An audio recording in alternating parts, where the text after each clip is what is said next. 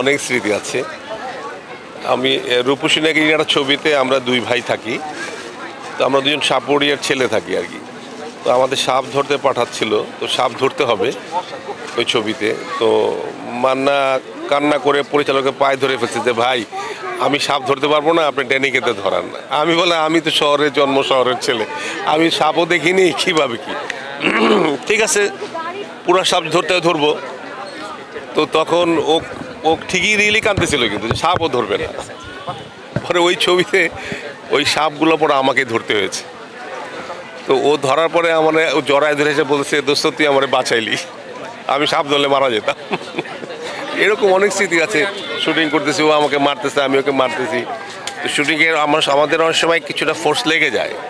তো ও বলতো যে দোস্ত তুই মারলে তো আমার সব হাড়গোড় ভেঙে যাবে, আমার মারিস না।